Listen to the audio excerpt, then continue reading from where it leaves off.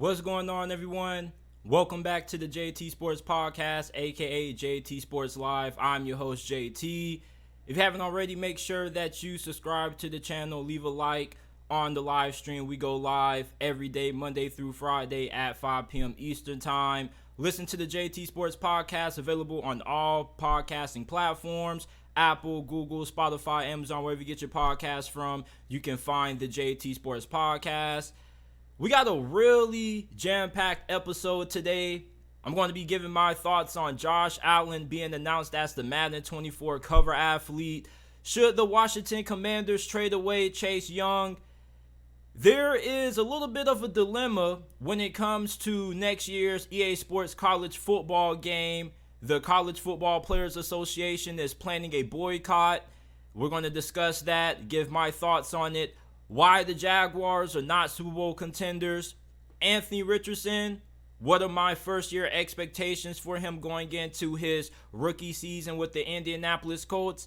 And why Texas A&M can win the SEC West. Josh Allen was announced the Madden 24 cover athlete. There are a lot of people who are really upset with this. Unless you're a Buffalo Bills fan, then you're really excited about Josh Allen gracing the cover of Madden. Josh Allen is regarded as one of the best quarterbacks in the NFL. And I think that Josh Allen, I'm not too upset that he's the Madden cover athlete. I was a little bit surprised when the news came out that he was going to be on the cover. You think about what Justin Jefferson did last year with the Minnesota Vikings. He pretty much was a MVP candidate. Joe Burrow, a guy I love a lot. I think he's the second best quarterback in the league. I felt like he should have been on the cover. And then you have a good amount of people also who feel like Philadelphia Eagles quarterback Jalen Hurts should have been on the cover, with him being the runner-up for NFL MVP this season.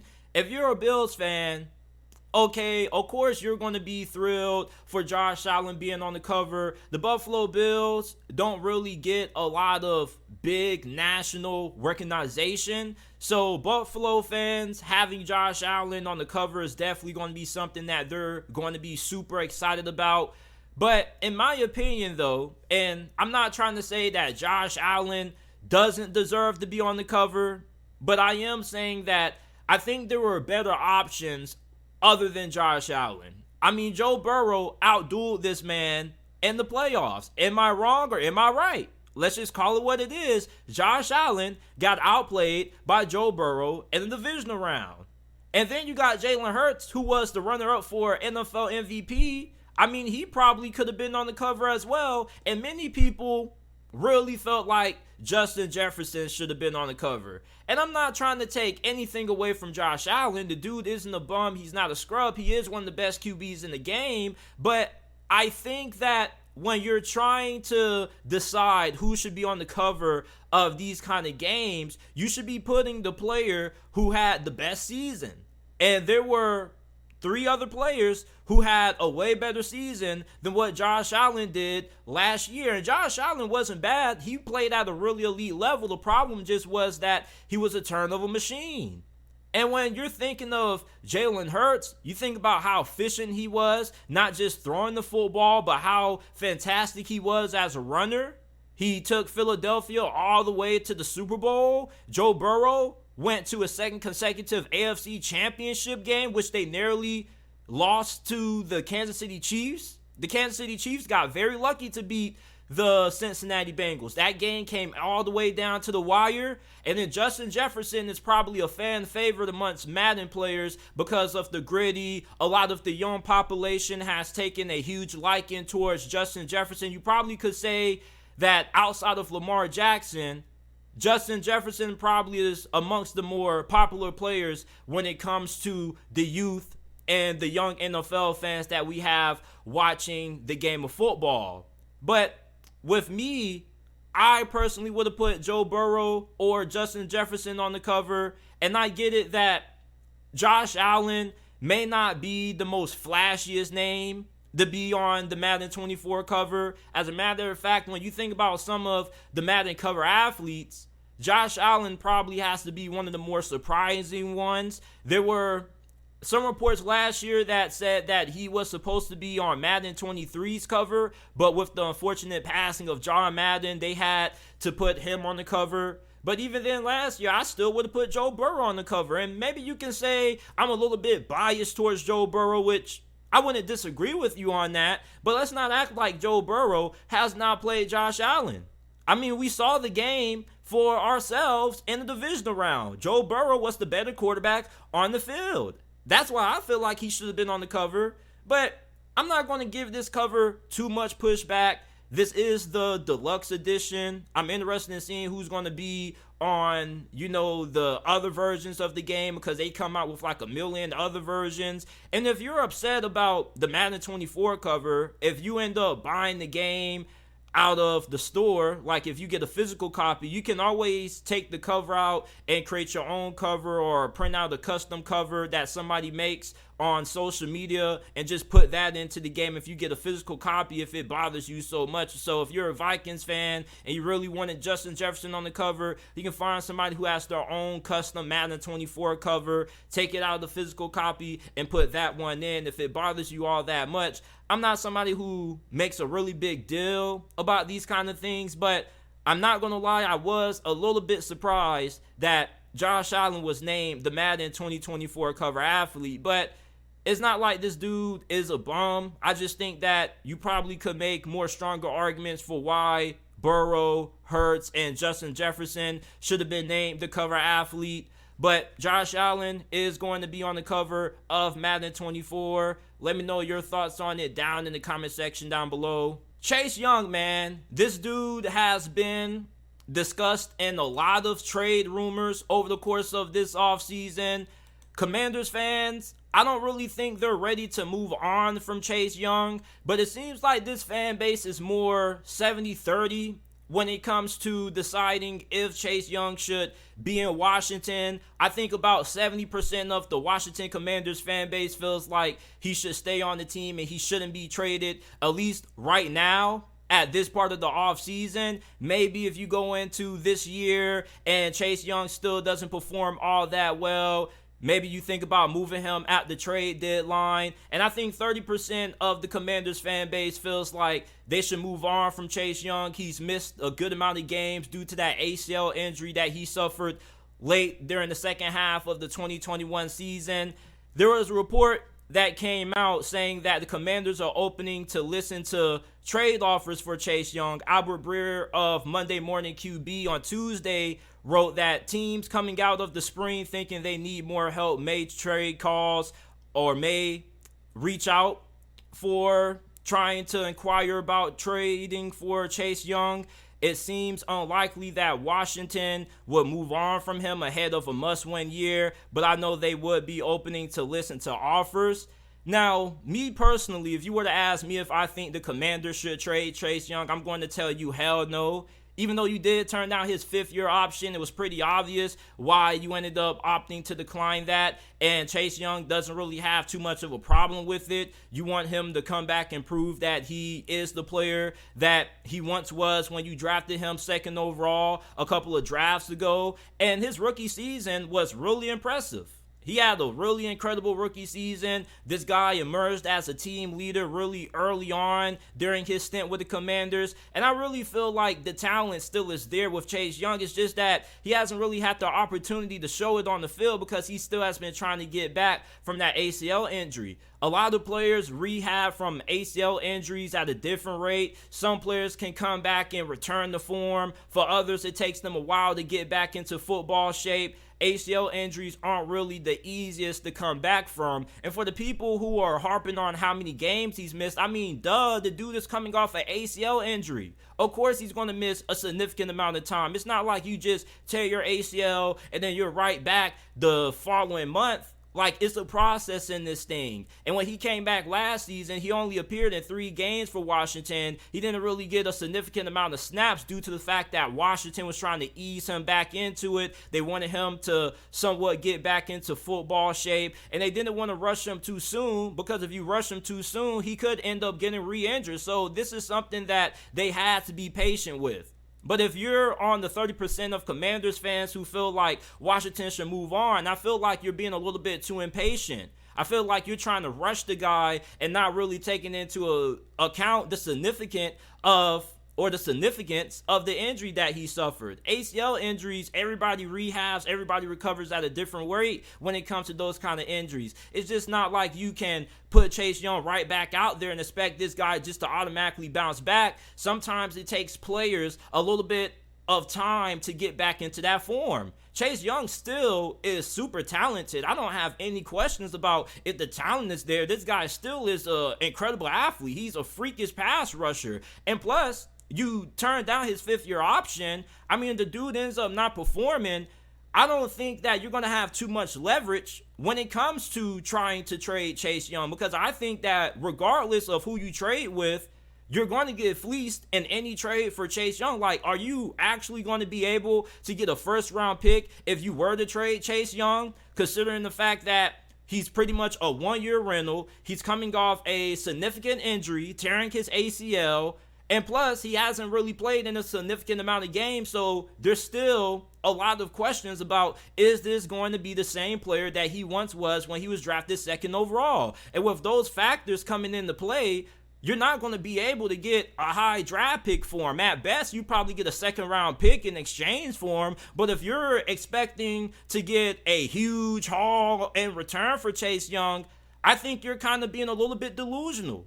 Now, if this dude had played all of last season and he performed at a really good level, it just wasn't an elite level, then you probably could get a little bit more return for him. But it's not like this dude is one of the best pass rushers in the NFL right now. Right now, the jury is still out on Chase Young. And with that risk coming into play, I don't think there's going to be any teams at all that are going to want to risk a first-round pick on a guy who you're really just banking on potential with. Because that's pretty much what you're doing if you go out and you trade for Chase Young. There are Chicago Bears fans who want Chase Young. Houston Texans fans want Chase Young. Of course, the majority of NFL teams out there are going to reach out to see what you want in return for Chase Young. But if you were to respond to one of those teams, let's say we get the Houston Texans on the phone, or you get Ryan Poles on the phone and he hits up Washington and he's like, hey, bro, like, what's up with Chase Young? What y'all want for him? Oh, we want a first-round pick for him. Them boys is hanging up the phone ASAP, expeditiously, immediately, because who the hell is going to give up a first-round pick for a guy who has these kind of question marks? If you're a Commanders fan and you want to trade away Chase Young because you think that getting more draft capital is going to put you in a better situation to potentially end up trading up for the number 1 overall pick next year to land Caleb Williams or put you in position to get Drake May, I don't think that's what's going to happen, buddy. I don't think that Chase Young is going to be able to get you a first-round pick due to the factors that I just mentioned. If you're a general manager, would you invest the first-round pick in trading for Chase Young, considering that you still don't know how good he's going to be stemming from that ACL injury? I mean, we got to be a little bit realistic about this thing. For Washington, I think it would be in their best interest to at least let Chase Young go into this season and let him play out the first half of the year. And if he ends up playing well, then you end up working out a new contract extension for him, because one thing you don't want to do is that if Chase Young ends up bouncing back and performs at a high level, this dude is going to demand a really big salary.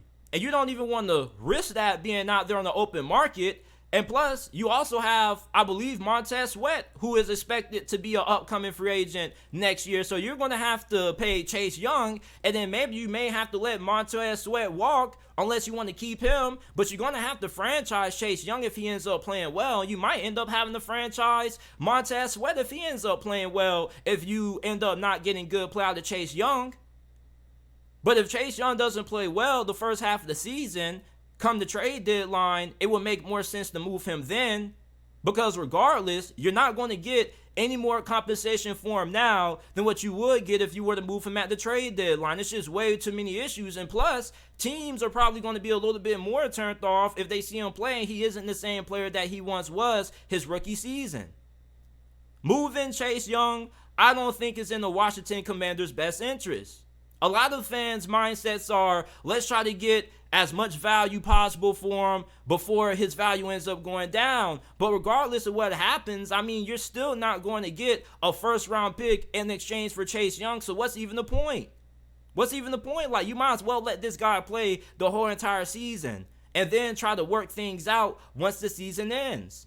But the Commanders trading Trace Young, I just think is a dumb idea to even be thinking about right now. I still think that this dude is really good. It's just that he's kind of struggled coming back from that ACL injury. Let this man play at least the first half of the season first before we try to pass judgment on what his future should be with the Washington Commanders. And this is a make or break year for Ron Rivera. Like, if this dude ends up not being able to get the Commanders to the postseason this year, Airbnb potentially could end up taking this job at the end of the season. So you need all the help that you can get. You need all hands on deck this season. And trading away Chase Young definitely gives you a better chance at making it to the postseason if this guy ends up being the player that you knew he was when he was coming out of Ohio State. The last thing you want to do if you're the Washington Commanders is move away from Chase Young way too early. You trade him to another team and you don't get a first round pick for him, and this dude ends up becoming an elite player and an all-pro player and an all-time great. That's the last thing that you want to happen if you're the Washington Commanders. A lot of the fans don't have a lot of patience. And when it comes to being a general manager in the NFL, you got to know when to hold them and you got to know when to fold them. And right now, if you're the Commanders organization, you need to hold on to Chase Young.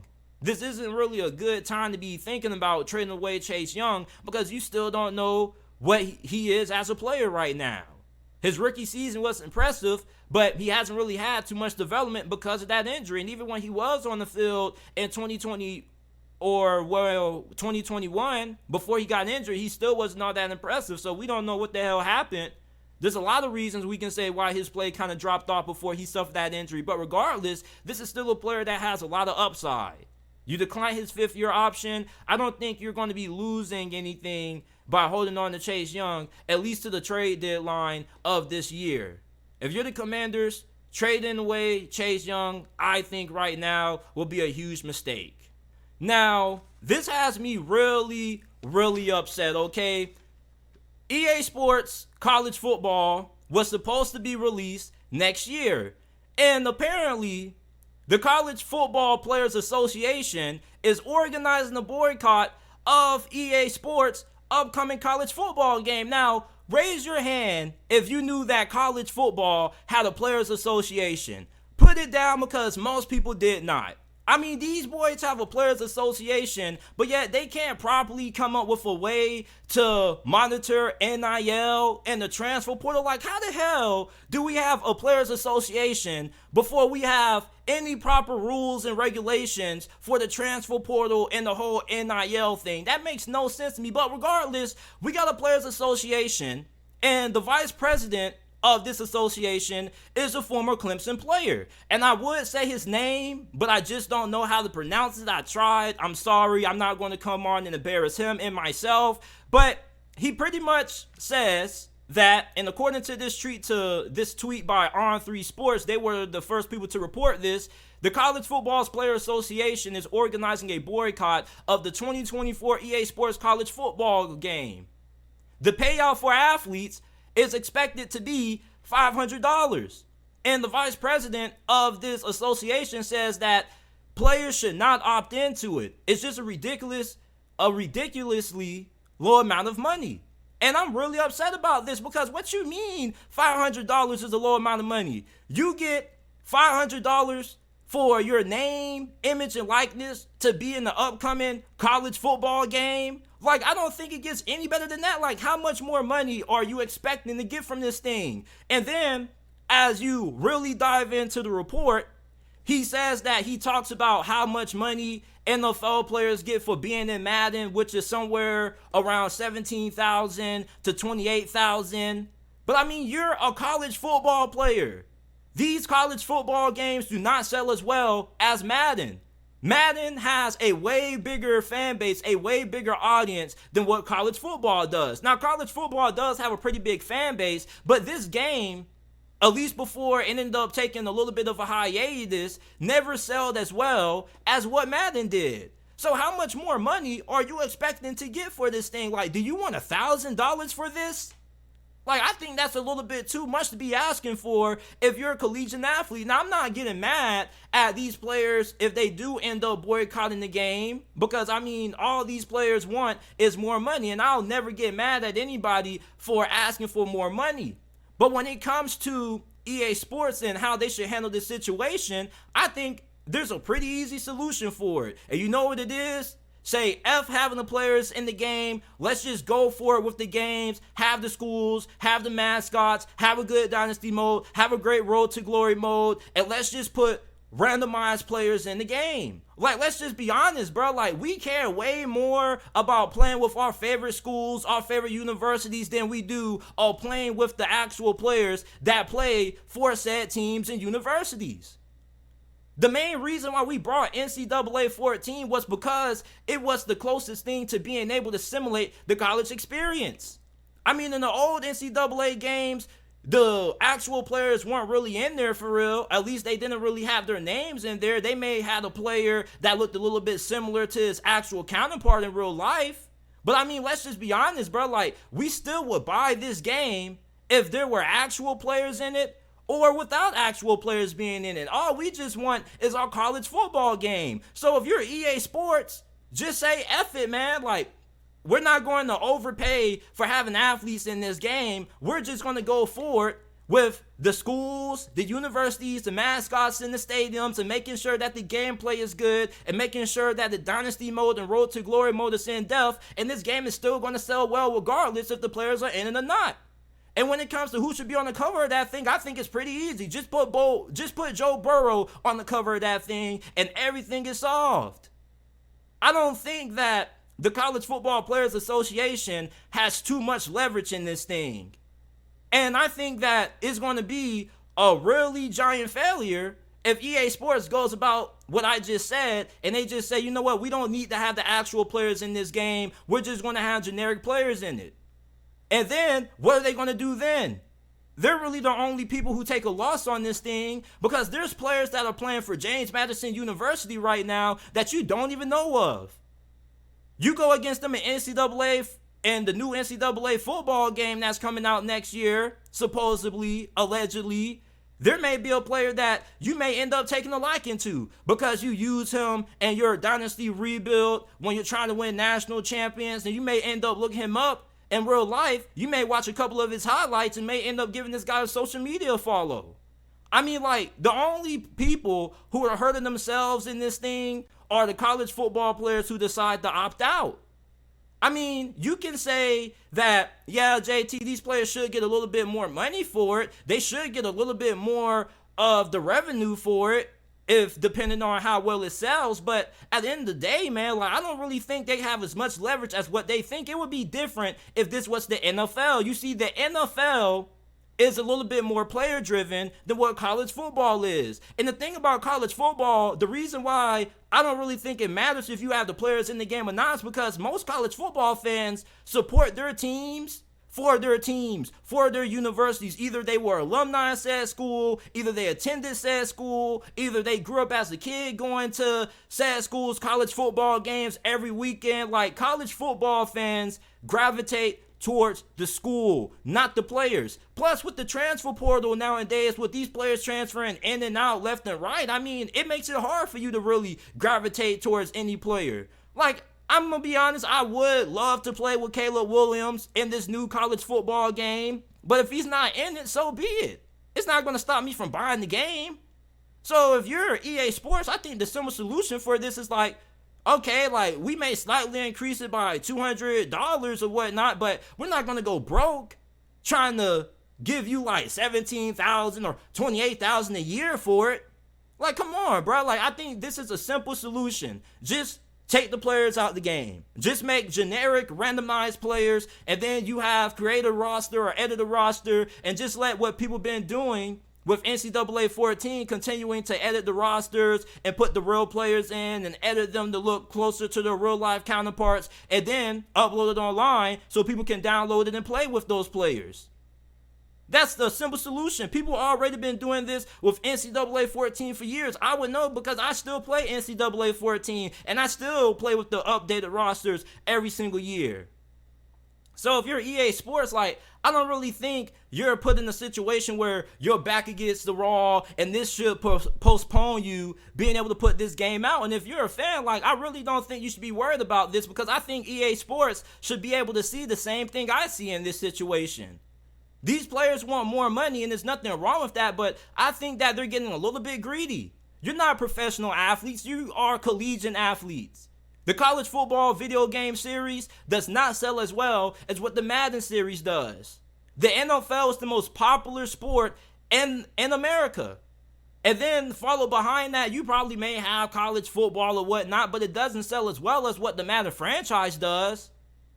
And listen, like, they got a very good vice president, but I think that these players opting out and not being in this game really isn't going to affect how this game performs. People still are going to buy the game. People are still going to play it. There's still going to be millions of college football athletes who are going to buy the game and they're going to play it. And then they're going to opt out and they're going to be like, damn, bro, like, I was kind of looking forward to playing with myself in this game. Like, I go to FAU.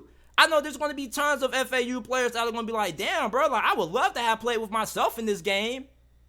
So, I mean, like, I don't really think this is hurting anybody but the college football players that actually want to be in this game. Like, I get it. Like, I'm never going to get mad at these athletes for fighting for what they believe in. But I think that they're kind of being a little bit greedy when it comes to getting more money. Like, I think $500 in a free copy of this game is more than enough. Like, you need a revenue split from this, fam?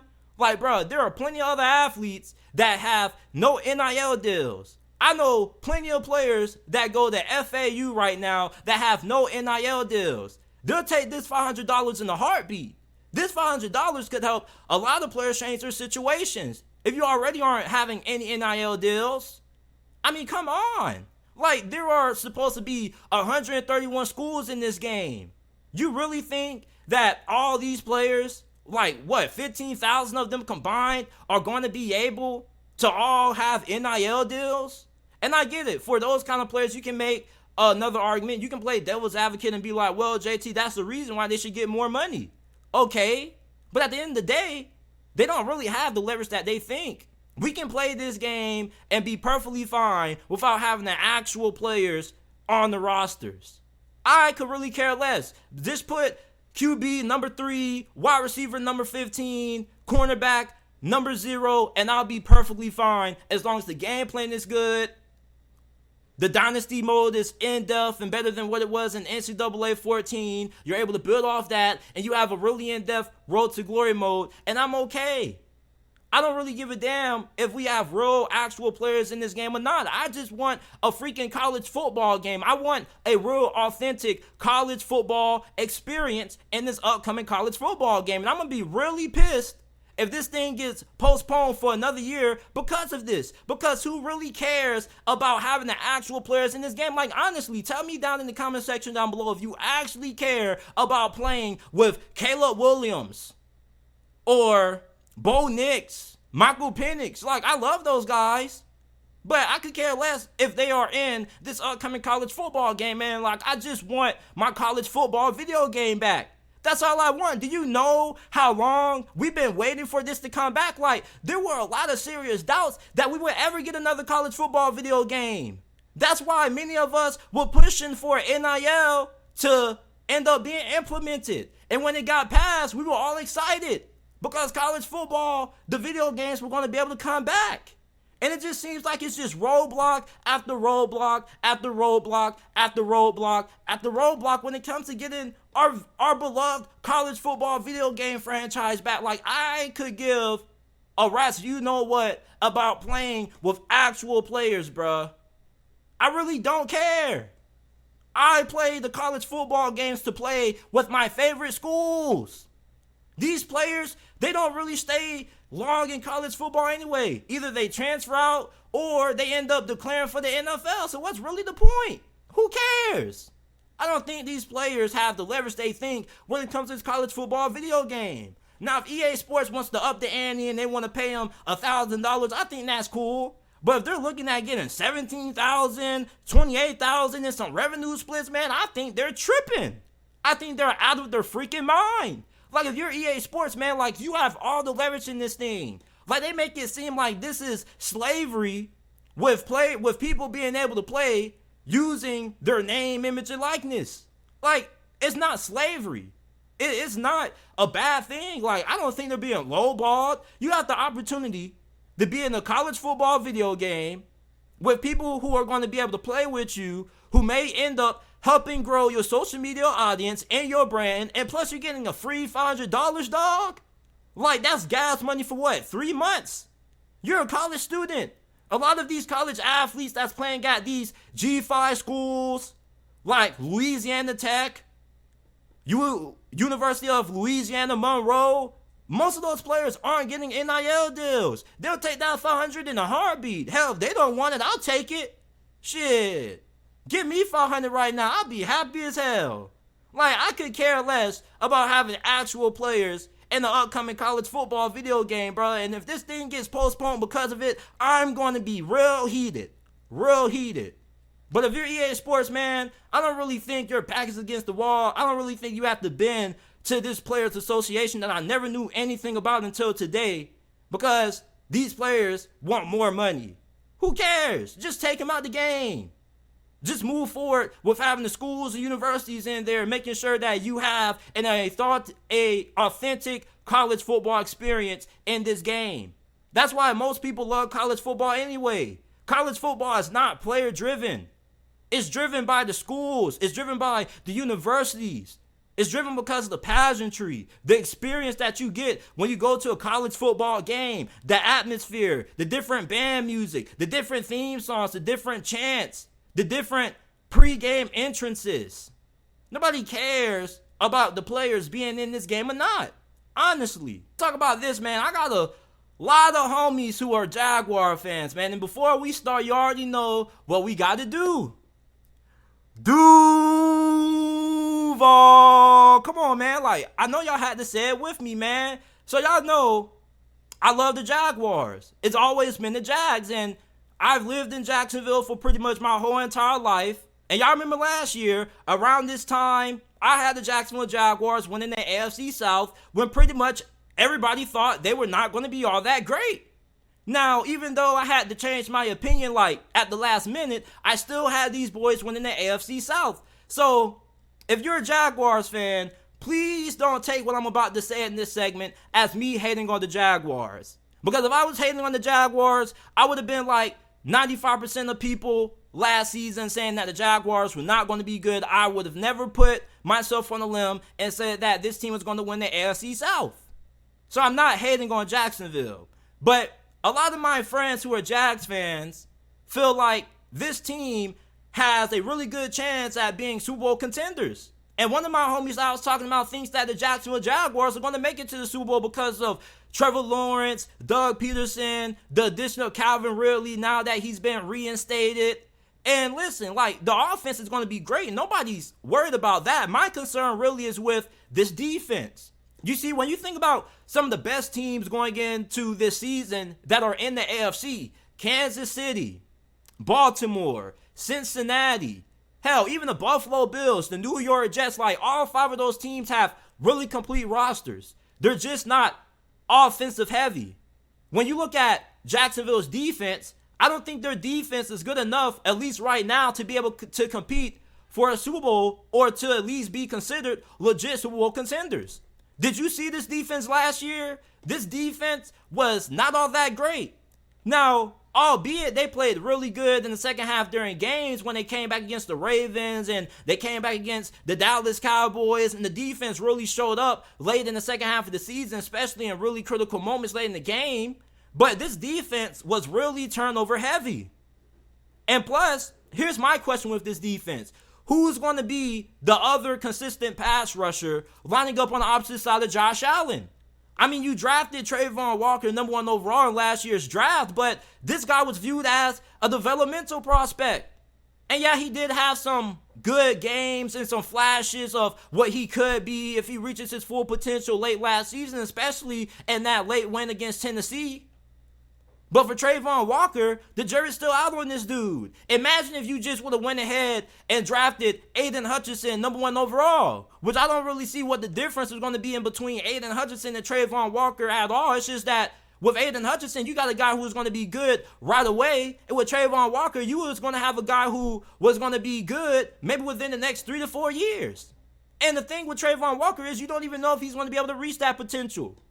Imagine if Jacksonville had Aiden Hutchinson instead of Trayvon Walker right now. You see, like, sometimes these front office executives, they overthink things, and I think that Jacksonville, when you consider their track record with drafting pass rushers in the past, based off this same criteria that they drafted Trayvon Walker, it hasn't worked out. Tell me, what is K'Lavon Chasen doing right now? I don't hear nothing. Yeah, because he's been doing nothing. He's a bust. And then you end up doing rinse and repeat with the same formula, drafting Trayvon Walker #1 overall. Now, I'm not saying that Trayvon Walker isn't going to work out, but we don't know if he is. You can make an argument and say that JT is going to be better, but there's also people who can make the argument and say that he's going to be a bust. He was a boom or bust player, and instead of just going ahead and drafting Aiden Hutchinson, you opted to jump the fence and try to go for the athleticism. Athleticism isn't everything, people.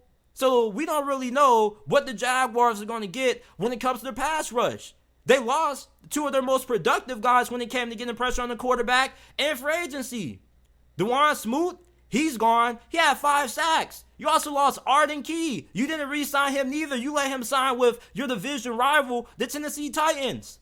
So where is the production when it comes to the pass rush going to come from that's already proven? That's my problem with Jacksonville. They don't have any proven pass rushers on this team outside of Josh Allen. I mean, you extended Ward Robertson-Harris, but he's more of a good run stopper than he is a legitimate pass rusher. I mean, he can get pressure on the QB at times, but at most, this guy is a 2.5, 3 sack guy. This defense lived off turnovers last season. Now, this secondary isn't bad. You got Williams. You got Campbell in there. Okay, I like those guys a lot.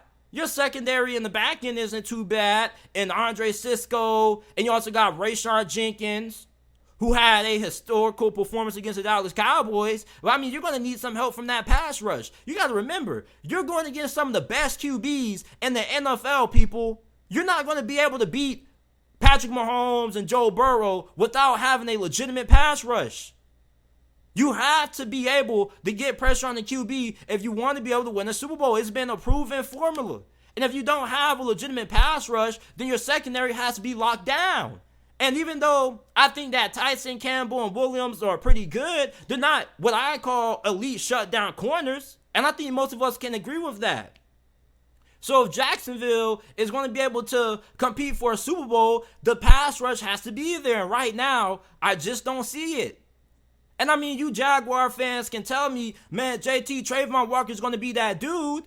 And I'm not saying he isn't, but you don't know that.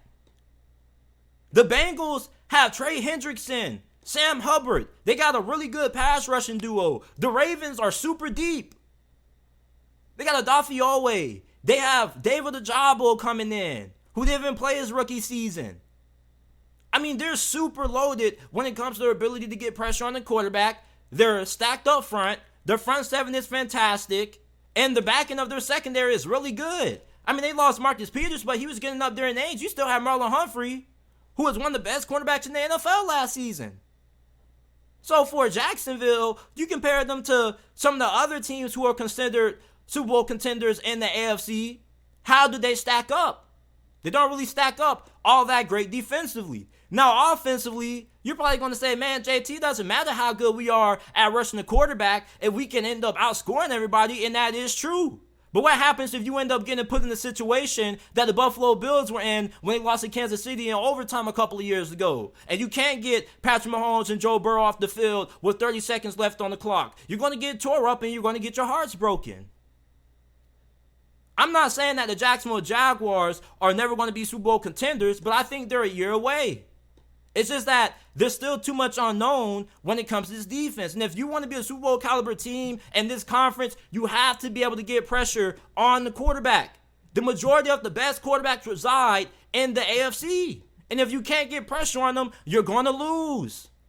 Joe Burrow, give this guy a clean pocket, and he is going to completely pick apart and dissect your defense. Same thing with Patrick Mahomes, even Aaron Rodgers, even Josh Allen. They got Von Miller. They just signed Leonard Floyd. They got Gregory Rousseau. They've been stacking pass rushers on top of pass rushers on top of pass rushers for how many years? Why do you think that? The recipe to getting out of the AFC is being able to stop the opposing QB, and the best way to do that is by getting pressure on them. Why do you think Chris Jones is getting so much money for Kansas City? Because he can get pressure on the QB. Pass rush is the name of the game in the AFC, people, and if you don't have it, then 8 times out of 10, you're not going to be able to make it out. I remember when the Jacksonville Jaguars went to the AFC Conference Championship years ago when they had Blake Bortles and that historically great defense. You may think about Jalen Ramsey and all the other good guys they had on that team in the secondary, but the nickname for that defense that year was what? Saxonville. I wonder why they called it Saxonville. I wonder why Jacksonville went as far as what they did. It wasn't just because they had Jalen Ramsey and a good secondary, but it also was because they had multiple guys who could get consistent pressure on the QB. That's the name of the game. If you want to make it out of this conference, you have to have a legitimate pass rush, and you got to have multiple guys who can get pressure on the quarterback consistently. And if you don't have that, you're not going to make it out of the AFC. That's not really an opinion. That's kind of a fact. Pass rush is the name of the game, people. And if you don't have a legitimate one, you're going to have a hard time getting opposing offenses off the field. When you go to the AFC playoffs, right, it doesn't really matter if Jacksonville gets the 1 seed or not. You're still going to end up having to face either Patrick Mahomes or Joe Burrow or Lamar Jackson with Todd Monken, which is going to elevate him as a passer. So you're going to have to be able to get pressure on those guys. And those teams that go the furthest in the playoffs are the teams that have the best offensive lines and are good up front. Do you wonder why Philadelphia spends so much draft capital and so much money in free agency on the trenches? Because if you can't win up front, you're not going to go too far. So the Jaguars don't have a legitimate pass rush. They're not going to go too far in the playoffs. That's not really an opinion. That's kind of factual. It's been proven that if you don't have a great pass rush, 9 times out of 10, you're going to have a hard time making it to the championship unless you have just a completely shut down secondary. And although I do like some of the players that the Jaguars have in this secondary, I don't think any of those guys are elite. Now, they could become elite. I think they're really good players right now, but you really need that pass rush. You wonder why Jacksonville had one of the worst third down defenses in the NFL last season? Because they couldn't get consistent pressure on the quarterback at times. If you got a good pass rush, you're going to be able to get off the field. And yes, I know that the Jaguars have a great offense, but so does Kansas City, so does Cincinnati, so does Baltimore.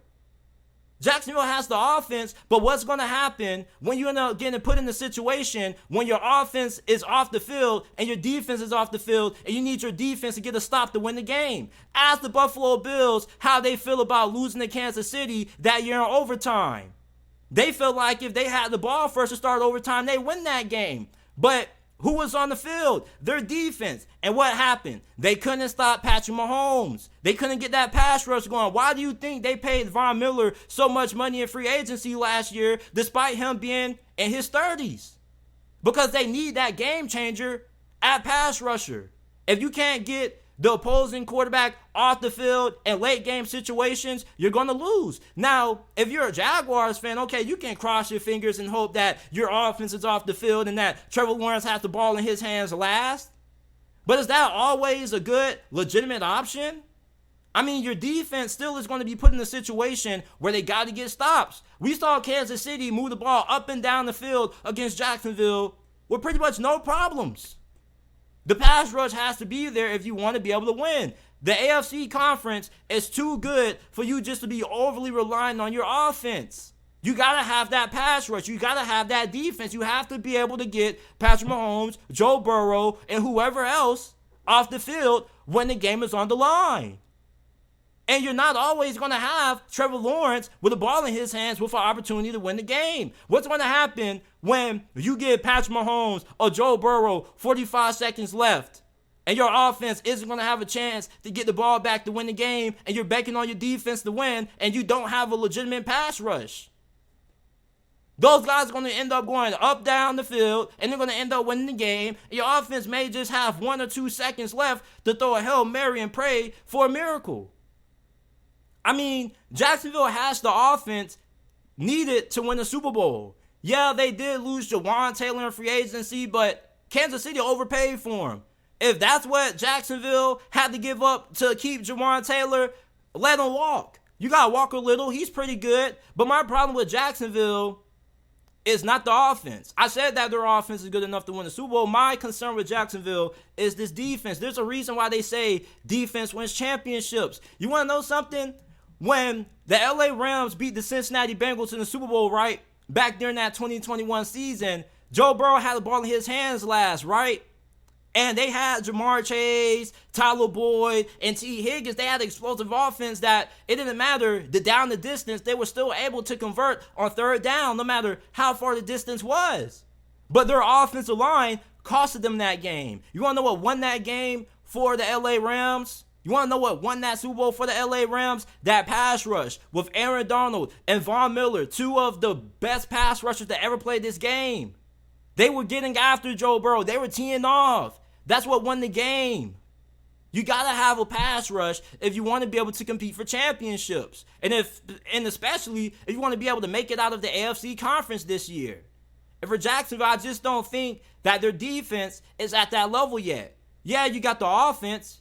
You may be able to outscore everybody, and you possibly could make it to the Super Bowl depending on if Trevor Lawrence is put in a situation where he gets the ball last.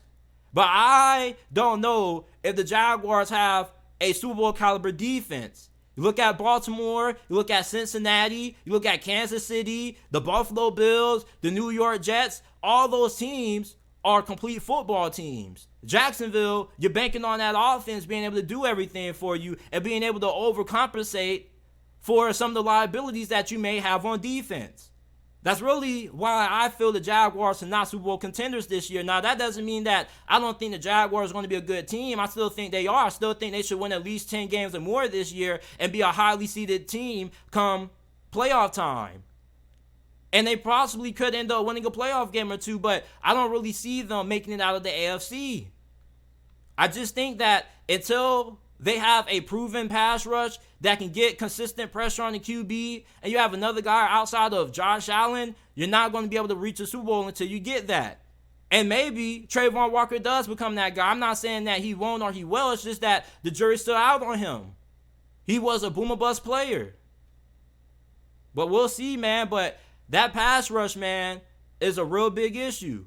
And I don't really hear too many people talking about it. It's like you can ignore the defense all you want to and say that the offense is going to score a lot of points. But what happens when your offense is not on the field and you need your defense to get a stop against Patrick Mahomes and Joe Burrow and you don't have a good pass rush?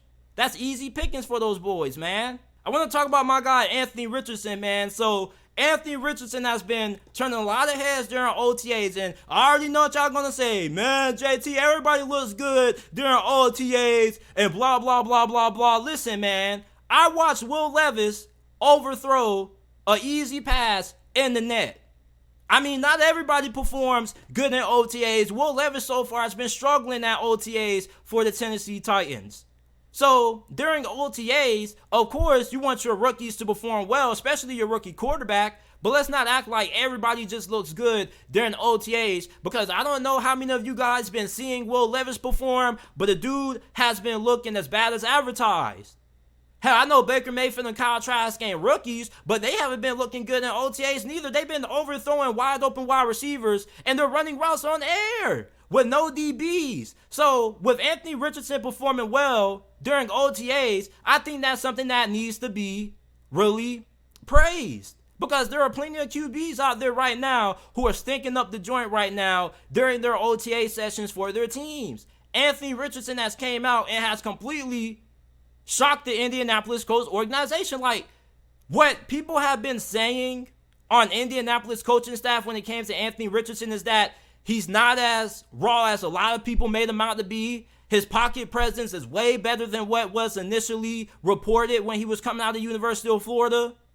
And my rookie year expectations for Anthony Richardson are this.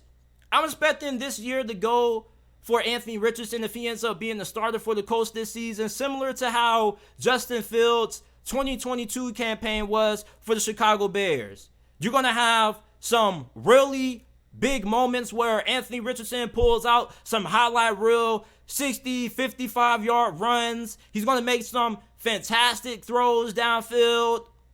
But I still think for the most part, he's going to be a little bit up and down. He's going to be a little bit inconsistent at times. But I still think for the most part, Indianapolis is going to be able to be really competitive with him at QB. We saw the Baltimore Ravens, Lamar Jackson's rookie season, build an offense completely around his rushing ability and his athleticism, and he went 6-1 in replace of Joe Flacco and carried them to the postseason. John Harbaugh's job was on the line that year. Lamar Jackson kind of saved Lamar. For Anthony Richardson, you put him in that system with Shane Steichen, somebody who was the offensive coordinator for Justin Herbert his rookie season. You saw how good Justin Herbert was. The dude had pretty much the best season that we've ever seen out of a rookie quarterback in NFL history. And then he goes to Philadelphia and he helps develop Jalen Hurts. And you saw what Jalen Hurts did last season. This dude was pretty much the second leading candidate to win NFL MVP last year. And you put Shane Steichen with Anthony Richardson. I think this was a match made in heaven by the football gods. I was telling everybody since Anthony Richardson first declared for the draft out of Florida that Indianapolis with Shane Steichen was the proper place for him. Shane Steichen is going to run a system that's going to be able to get the most out of Anthony Richardson, and he's not going to put Anthony Richardson in too many situations where his weaknesses are going to be on display. I think with how we've seen these athletic quarterbacks like Justin Fields and Lamar Jackson come into the league, there's ways to win with their athleticism year one while they develop as a passer in the background. And for Anthony Richardson, like, this guy puts in a lot of work. Like, he's one of those guys who is the definition of first one in and last man out. The dude already is running the playbook at a pretty high level. He's already impressing the coaching staff. I mean, we see Will Levis looking like a bum right now. So at least Anthony Richardson is looking better than Will Levis, who many people had ahead of him. And for Anthony Richardson, he's going into a really good situation. The Indianapolis Colts have a decent group of wide receivers. You got Michael Pittman. You got Alex Pierce, who's a really good deep threat. You got rookie Josh Downs out of UNC, who him and Anthony Richardson have already developed a good rapport together. They already have good chemistry with each other. And then you got Jonathan Taylor in the backfield. Like, bro, we really are going to have a backfield with Anthony Richardson and Jonathan Taylor. I mean, I don't think too many teams want to see that. You already know how much of a beast Jonathan Taylor is, even though he had a disappointing season last year, but it wasn't because of him mainly. It was just that the offensive line just completely let him down. And then this season, you get Shane Steichen, who's going to specialize in the run game department, who's going to specialize in being able to elevate quarterbacks that have an Anthony Richardson kind of skill set. This was the best situation for Anthony Richardson. And this rookie season, I think we're going to see more highs than we see lows with Anthony Richardson. I think we're going to see Anthony Richardson have some really good games, and the games that he doesn't really do well in, Indianapolis is still going to have a chance at winning. I think a lot of the games that Indianapolis loses this year are going to be fairly close, and it's going to be because maybe Anthony Richardson makes a couple of late game mistakes. Shoot, you remember what Kenny Pickett did last season with the Pittsburgh Steelers when they played the Miami Dolphins? The dude threw like 3 interceptions, and yet the Pittsburgh Steelers still had a chance to win that game. The Indianapolis Colts are in a little bit of a rebuild. Their defense probably isn't going to be all that great. We don't really know how good their offensive line is going to be. Like, their offensive line has talent to be amongst the best, but it was a tremendous disappointment with how the offensive line performed last year. But if the offensive line is able to bounce back a little bit and be a little bit remotely close to what they were prior to the 2021 season, then that's going to help Anthony Richardson.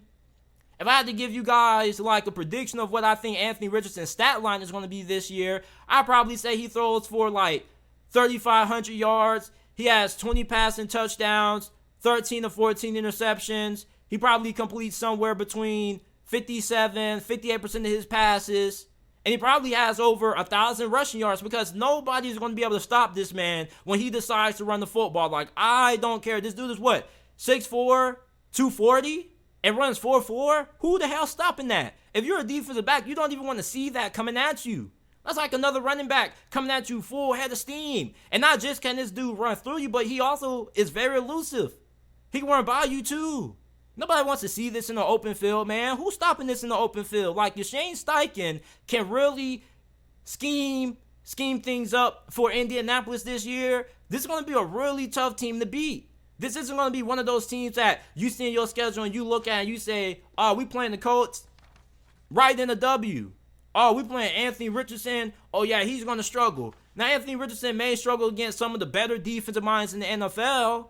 Of course, that's to be expected when you have a rookie QB. And, of course, there are going to be growing pains that comes with Anthony Richardson. But there are always growing pains when you have a rookie quarterback, no matter how well they play. Andrew Luck had a really good rookie season, and he had hella growing pains. You see the same thing with Lamar Jackson. He has some growing pains, especially when they end up playing the Chargers in the wild card round of the playoffs his rookie season. You saw how that went. So regardless of how good any rookie quarterback performs, they all have some highs and lows to their games. But I think Anthony Richardson's rookie season is going to be way better than what many people are expecting. And you got to remember that this dude was held back at Florida. He's going to a way better situation in the league that he was in when he was playing for the Gators. You have Billy Napier, who is running a conservative offense, treating a Lamborghini like it was a Honda Civic.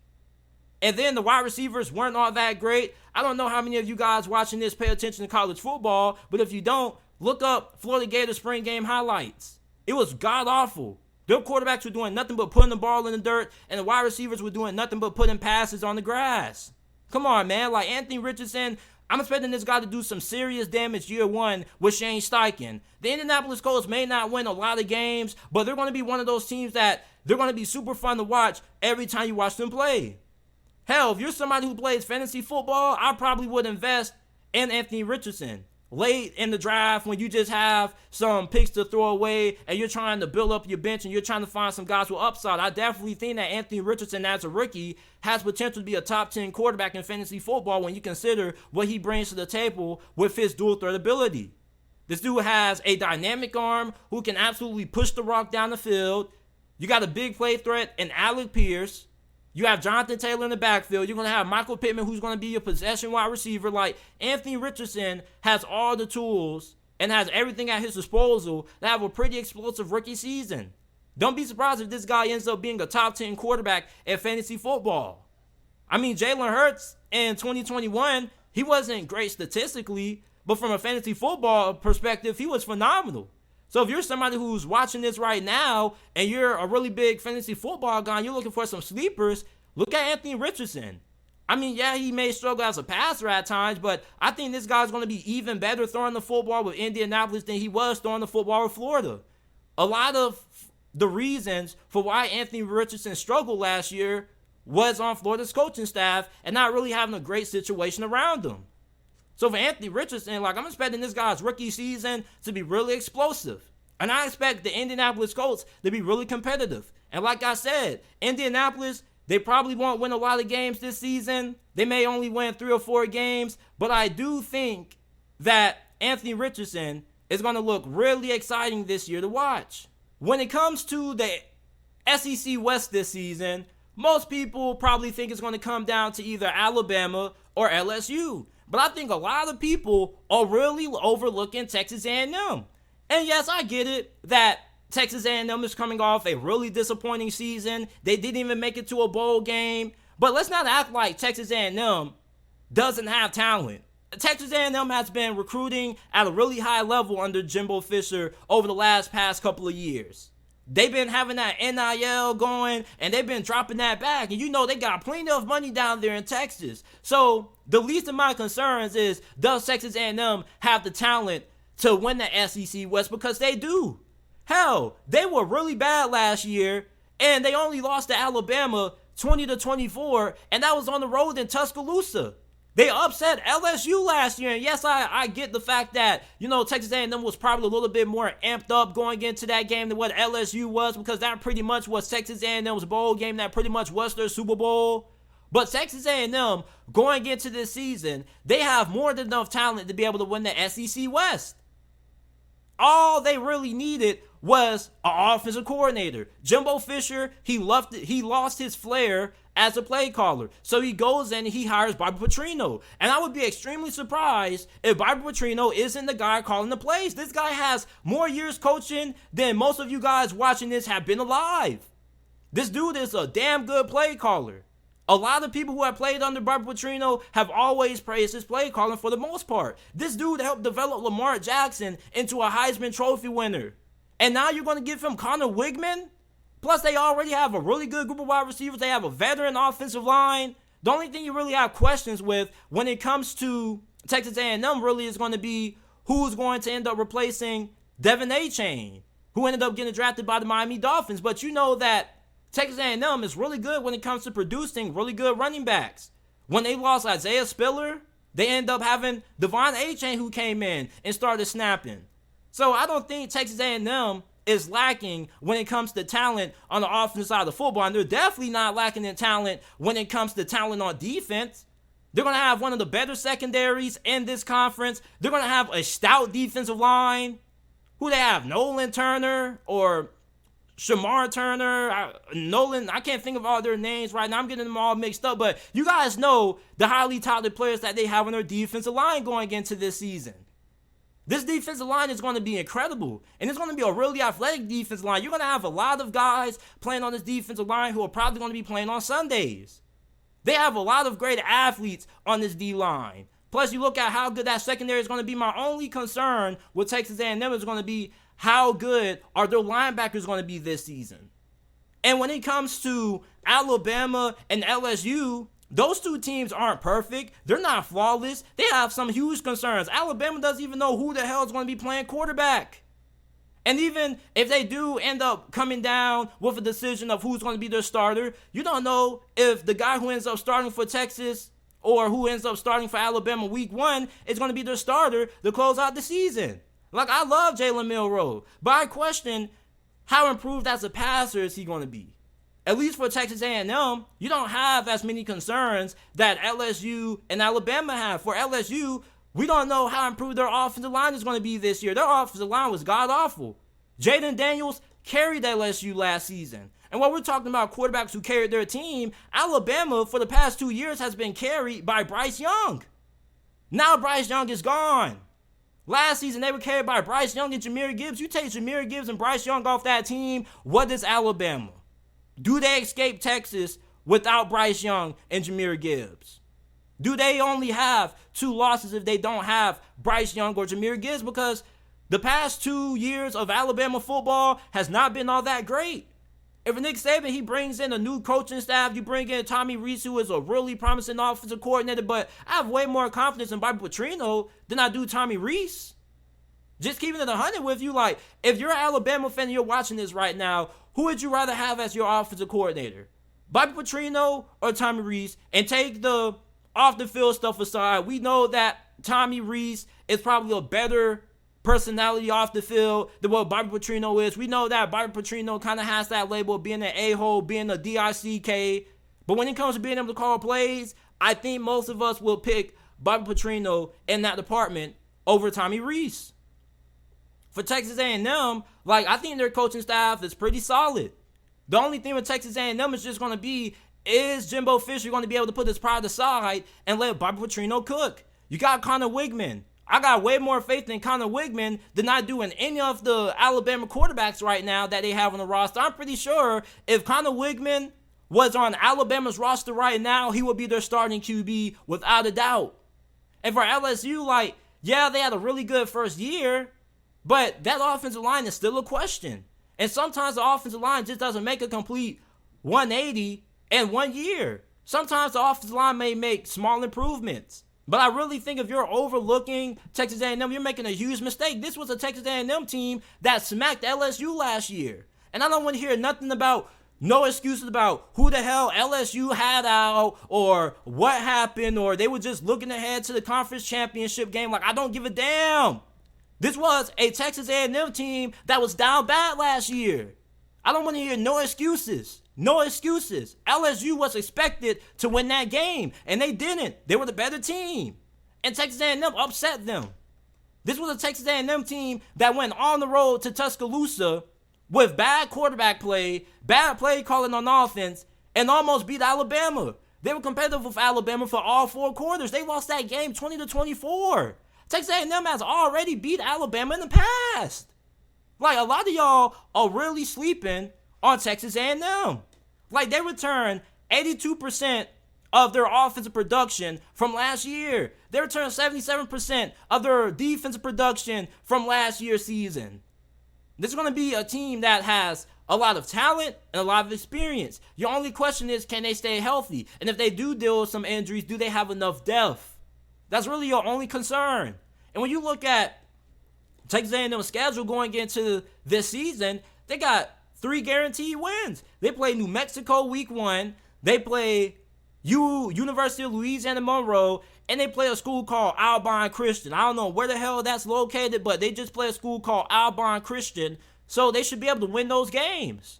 I don't think we're going to see an Appalachian State kind of scenario this season with Petrino at the helm at QB.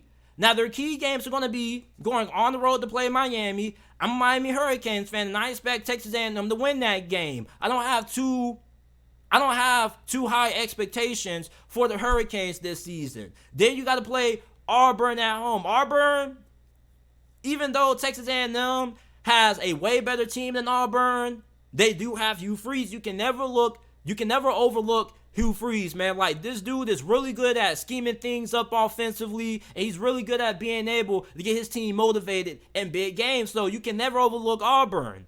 Then you got to play Arkansas. Arkansas is a team that definitely could surprise some people this year. They're more than capable of being able to win 9 games and being able to compete for the SEC West this year. Then you got to play Alabama. You play them at home. You narrowly beat them last season in Tuscaloosa. So with you playing them at home, you got a really good chance of being able to win that game. Like, I really don't think Alabama is going to be this juggernaut that a lot of people think they are. I think that Alabama has way more questions than what a lot of people think. Yeah, we give them the benefit of the doubt because they got Nick Saban, but we act like the rest of this division hasn't caught up a little bit to Alabama. Not saying that Texas A&M is on the level of Alabama right now, but that doesn't mean they can't be. They beat Alabama in the past, and they nearly beat them last season. And then after they play Alabama, they got to go on the road, and they have to play Tennessee. And I think that's probably going to be their second biggest game of the year outside of playing Alabama. And then they head into their bye week. They got to play South Carolina. They play them at home, but you already know what Shane Beamer and company do. You can never overlook South Carolina. Beamer ball is something real serious. Spencer Rattler was going crazy against Clemson. He was going crazy against Tennessee. He was going crazy against Notre Dame and their bowl game. Spencer Rattler, they might have caught fire. He might have caught fire. They returned their OC from last season. South Carolina may be a little something special this year. Don't overlook them boys. You got to go on the road and you got to play Ole Miss with Lane Kiffin. I think this is probably Lane Kiffin's most talented team that he's had in the past couple of years that he's been at Ole Miss. But you still don't really know how good their defense is going to be. Like, I was arguing with one Ole Miss fan who was talking about something, man, just because we got Alabama's defensive coordinator doesn't mean our defense might not improve all that much. Like, there's a reason why Nick Saban didn't retain that defensive coordinator. And then you got to play Mississippi State. I think you should be able to win that game. I think they're going to have a pretty down year. And then you got to go on the road to Death Valley to play LSU. So your 3 biggest games this year, Alabama at home, on the road against Tennessee, on the road against LSU, and at home against South Carolina. I think the ceiling for Texas A&M possibly could be 11 wins. The floor for Texas A&M is 8 wins. I think Texas A&M has a way better chance at winning the SEC West than what a lot of people are giving them credit for, man. Like, these boys have some serious talent on this roster. Some serious talent on this roster. Like, last season, according to 247 Sports team talent composite rankings, they had the 4th or 5th best talented team in college football last season. And I don't think that's going to change all that much this season when you look at how well they recruited over the last couple of years. And even though I can't remember all the names properly of their defensive linemen, I probably should have wrote it down before I started recording. Like, their defensive line is going to be absolutely phenomenal this year. And I'm not saying that Alabama and LSU aren't going to be good, but I'm just saying that a lot of people are giving LSU a little bit too much credit and forget that Texas A&M beat these boys last season. A lot of people forget that Texas A&M went on the road to Tuscaloosa. in a down year and nearly beat Alabama 20-24. Like, imagine if Texas A&M would have been able to pull off the win in that game. I'm just saying, like, don't overlook Texas A&M, man. Like, a lot of people had Texas A&M winning 8-9 games, but I think this team has potential to be way better than that.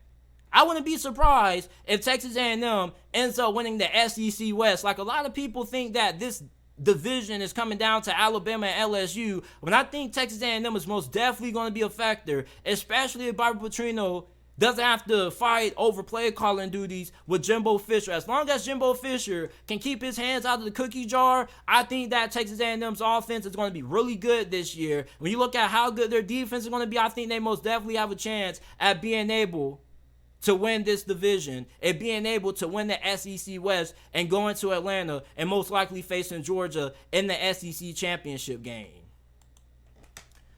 This is it for this episode of the JT Sports Podcast. I appreciate you guys for tuning in.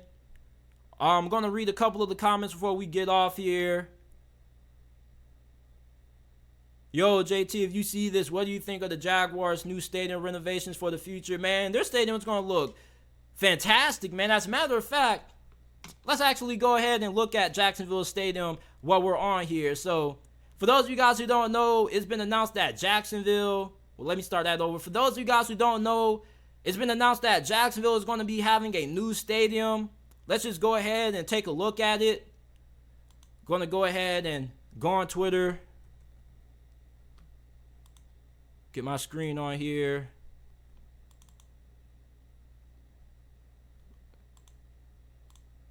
So Jacksonville has a new stadium that they're working on. I think it's going to be really unique.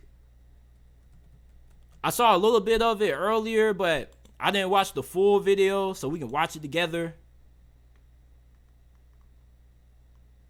Let's see.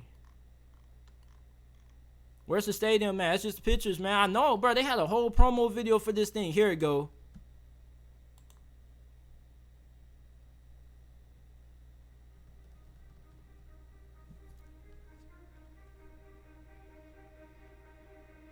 Jacksonville unites us. We're all connected to this place by our beaches and our waterfront, by our culture, by our people, and yes, by our sports. Our city is my boy Sunshine. Great. A bold city with a bold vision for the future. And our stadium is part of that. Man, why everybody want to make their stadium look like SoFi, man? Why we can't be a little bit different? I mean, it's okay to get some inspiration, but can we at least make the stadium just look a little bit different? Why everything got to be copy and paste, man? Like, why is SoFi Stadium the standard? Can we do a little bit better when it comes to the design of this thing, man? Like, why does this thing have to look a little bit ideally similar to SoFi Stadium, bro? Like, I get it. The Rams have a cool-ass stadium, bro, but can Jacksonville be a little bit more creative with the design, bro? Because it's pretty obvious this looks a lot similar to SoFi. But whatever, like, it's still clean. Like, it's still going to make me want to go just because you don't have to sit out in the hot Jacksonville heat, bro. Like, people forget, like, it gets real hot in Jacksonville going to some of those games, man. Be sweating bullets.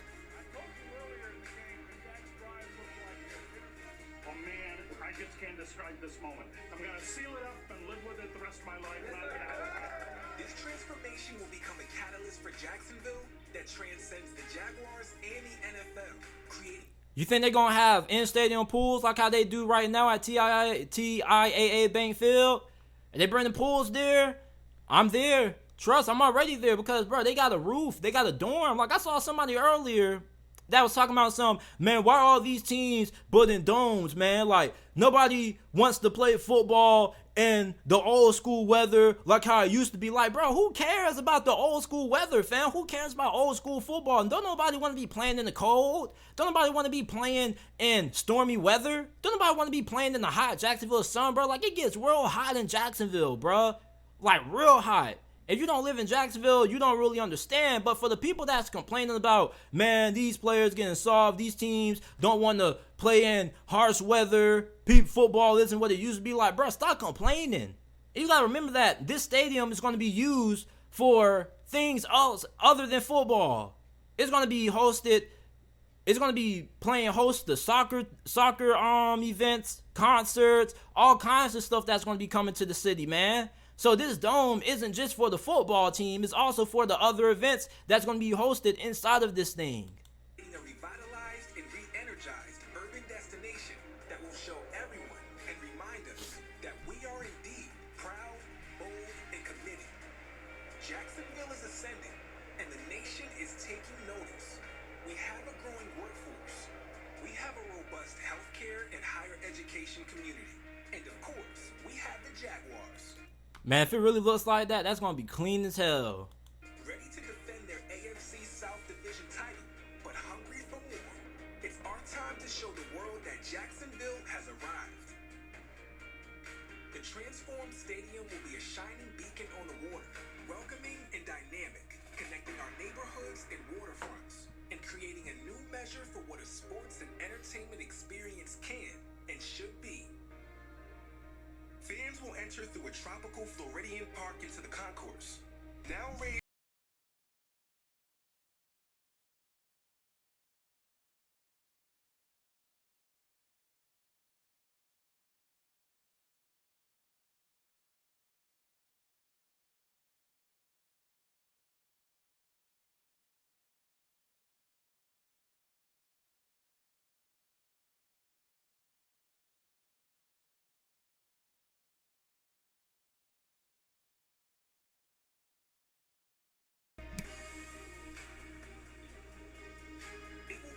Downtown Jacksonville as an essential stop. Man, I don't know if y'all can hear this, man. I'm trying to see if I can hear a little bit of the sound. Probably not. But the stadium looks pretty cool for the most part. I'm really excited to see how it's going to be during the Florida-Georgia game. Yeah, bro, this thing looks really cool for the most part. I'm definitely going to be there. Don't got to be hot as hell, sweating bullets in the stadium. I might have messed it up. But yeah, man, that's Jacksonville's new stadium. I'm really excited about it. Let me know what you guys think about it down in the comment section down below. But this is it for this episode of the JT Sports Podcast. I appreciate you guys for tuning in. I will see you guys tomorrow, Thursday at 5 p.m. Eastern Time for another episode of JT Sports Live. Make sure that you leave a like, subscribe. If you're new, listen to the podcast. Available on all podcasting platforms, Apple, Google, Spotify, Amazon, wherever you get your podcasts from. You can find the JT Sports Podcast.